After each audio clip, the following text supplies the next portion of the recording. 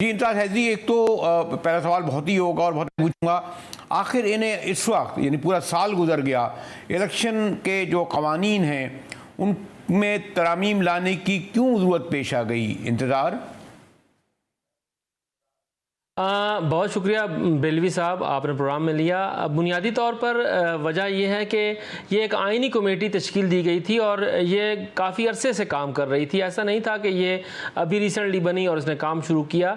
ये काफ़ी दिनों से काम कर रही थी।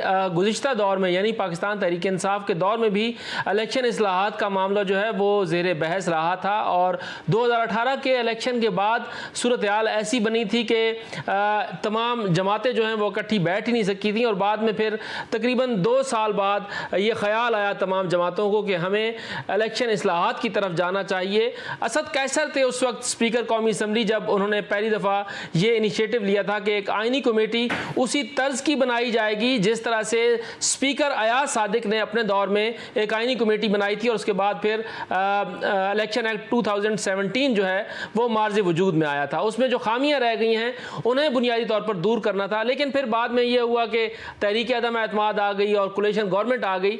अब कोलिशन गवर्नमेंट जब आई तो उसके पास वक्त ही बहुत कम था, लेकिन इन्होंने इस मामले को पीटीआई के साथ जो है वो मुशावरत का अमल शुरू कर दिया था, क्योंकि कौमी असम्बली में तो पीटीआई है नहीं, सेनेट में अलबत्ता उसकी नुमाइंदगी थी और सेनेट से अली जफ़र साहब जो कि बहुत ज़्यादा नज़र रखते हैं इन आइनी और कानूनी उमूर पर, तो उन्हें इस कमेटी का मेंबर बनाया गया। उनके साथ ये मुशावरत होती रही। ये मुशावरत इस हद तक कामयाब हो गई थी कि तमाम अरकान ने यह कहा था कि जो इंतखाबी इस्लाहात का बिल आ रहा है वो इंतहाई मुनासिब बिल है और इस बिल को जो है इसी शक्ल में मंजूर किया जाना चाहिए। चूंकि ये बिल गवर्नमेंट बिल था इसलिए हुकूमत ने इसे पेश करना था। आइनी कमेटी ने तमाम उमूर पर गौर किया और उसके बाद इस बिल की मंजूरी दे दी।